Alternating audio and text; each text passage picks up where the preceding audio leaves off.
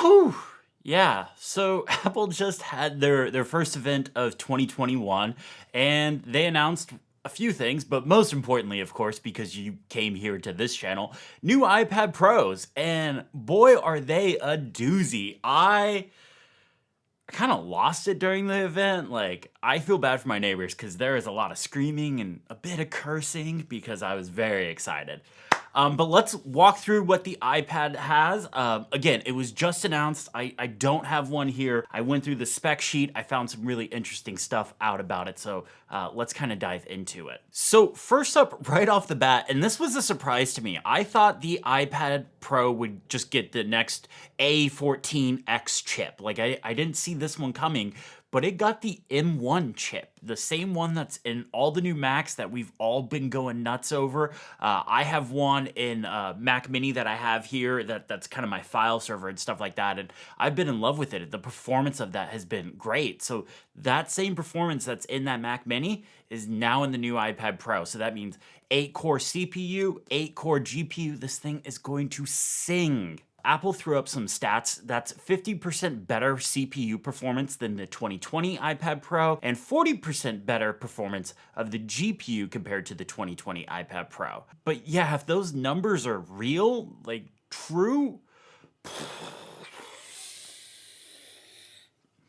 yeah, that's kind of what my head's been doing this whole time. If I could be selfish for just a minute, this is going to be huge for me. As somebody that edits video and photos and stuff on an iPad, having that much of a performance jump is going to be night and day for my daily workflow. There's now a 2 terabyte storage tier option. So this is, again, great for video editors, photo editors that are going to have large local libraries of assets. And if you get the 1 terabyte or 2 terabyte tier, it now comes with 16 gigs of RAM. You heard me right, the iPad Pro now ships with 16 gigs of RAM. If you get anything lower than the 1 terabyte tier, it ships with 8 gigs of RAM. But to put that in perspective, the 2020 iPad Pro only has 6 gigs of RAM. So if you get a 1 terabyte or 2 terabyte model, you're automatically adding an extra 10 gigs of RAM to your iPad. Right, the performance gains that you can get out of this iPad, I'm so excited. I'm very excited, if you guys can't tell, to get my hands on this. But seeing as this iPad both got the M1, which gave a huge CPU and GPU performance and a crap ton of more RAM, this makes me think that there's still another shoe to drop on the software side, that there's going to be other stuff that we're going to see probably at WWDC or maybe later this year. It reminds me a lot of the iPad Air 2. The iPad Air 2, when it came out, it was completely, it was just overkill. It was so powerful. But then we got iOS 9 and multitasking came along. So I'm really curious to see what this other shoe is going to be that could drop. Is it going to be Final Cut? That's what I was really hoping for today. If you follow me on Twitter, I was getting really excited at the possibility of Final Cut. But it didn't happen today. Kind of bummed about that, but okay, whatever. It can still come in the future. But my thinking is it could be pro apps, it could be better multitasking, windowing. There's so many different things it could be that the performance of these new iPads can unlock. The next thing that saw an upgrade was the USB-C port. It got struck by lightning and now has Thunderbolt. Do you guys see what I did there? Lightning, USB-C, Thunderbolt. No, not funny. Oh, okay, all right, I'll move on. Anyways, it now has Thunderbolt and USB-C version 4. So what this means is it can support up to 40 gigabits transfer rate, up to that, if like the device that you're plugging into it also supports that. That's really fast. That is staggeringly fast, and I'm really excited to put that to the test, especially when it comes to like video transfers and stuff like that, getting stuff off SD cards. That's a little limiting because SD cards are typically a little slow. It might be time for me to upgrade to CFast for all my video needs. Along with Thunderbolt and USB-C 4, this also means it supports higher resolutions for external monitors. Apple specifically noted 6K on their Pro Display XDR. Now, I thought that was really interesting that they noted that, because what that makes me think is, hey, iPadOS 15 will be announced at WWDC. maybe we might start to see true external monitor support then. I don't know. Like this is me, reading tea leaves, like reading between the lines. There's nothing for sure here, but fingers crossed, I'm hoping. The new iPad Pro also got 5G support and Wi-Fi 6, so if you need one of those, great, that's good for you. I don't necessarily think I will get a cellular model this time around just because, I'm working from home now and all that stuff. I don't think I need that.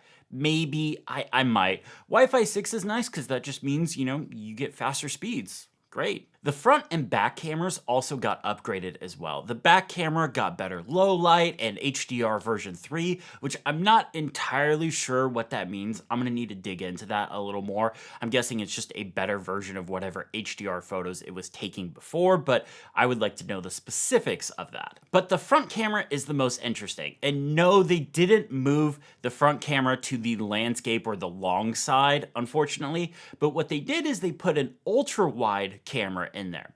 And they put this new feature in there called center stage. And so basically what this does is when you're doing a video call with somebody, you're FaceTiming with somebody, and you move over here, basically what the camera does is it takes that ultra wide lens and crops in and still puts you at the center of that frame.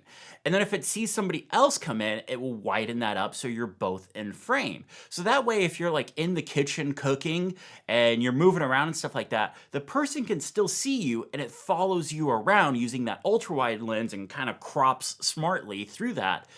I think that's a really interesting feature, and I'm really excited and curious to try it out and see how it works. So on the 12.9-inch iPad Pro, and this is just on the 12.9-inch, this feature is not coming to the 11-inch model. It got a display upgrade. It's now using what's called, and I want to get this right, Liquid Retina XDR. And Apple is comparing this to the Pro Display XDR. And if you haven't seen one of those, the Pro Display XDR monitors that they make, yes, they are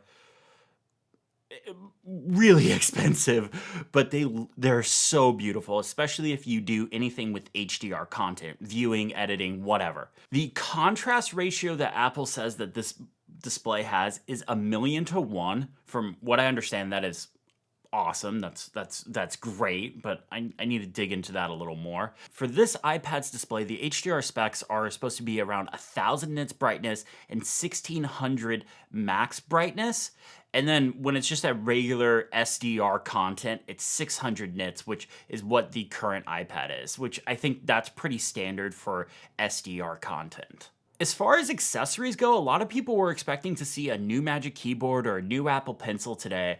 And we didn't really get that. The only thing we really got is the Magic Keyboard now comes in white, which for about a half a second, I really liked. I liked the look of it, but then I looked down at my Magic Keyboard, and my Magic Keyboard is dirty. And I've had it for a year now, and I use it every day, but white is going to show everything. You're going to have to be constantly cleaning that thing. So I'd be curious to see how it holds up, if there's, I don't know if it's easy to clean or something like that, but I don't think I would buy the white version. Since the iPad Pro is my main computer and I talk about it a lot here on this channel, of course I'm going to be upgrading. The performance alone is what got me really excited, but I'm excited to check out the display and Thunderbolt. It's going to be really, really interesting. I think for me, I'm looking at the 2 terabyte model, but it is very expensive. I don't have that number off the top of my head, but I think it was around like $2,200 US dollars, which is a lot of money for an iPad. But again, this is my main computer, so I edit video on it, so having 2 terabytes of storage would be really nice. Right now, I have the 1 terabyte 2020 model. 1 terabyte's fine. I don't really run out of space that often, but I can't keep more than 3 video projects on here. And that's 3 medium to small video projects. If I do something really big, maybe 2. So the 2 terabyte one would give me a lot of breathing room. But it'll definitely either be the 1 terabyte or the 2 terabyte model because I want that 16 gigs of RAM. I don't know if I'll get 5G or the cellular option this time. Over the last year, we've had the pandemic. I'm working from home now. I don't really see the benefit of it in my day to day. I've had cellular iPads in the past, and I didn't use the cellular that much. You can pre-order them on April 30th, and they'll be shipping at some point in May. I believe Apple said the second half of May, which is kind of a bummer. I want it now. I'm impatient. What can I say? But I'm really excited to check it out. Let me know what you guys think about the new iPad Pros in the comments below. Thank you guys so much for watching. Be sure to subscribe. I will, of course, be ordering one and reviewing it. Have a great day.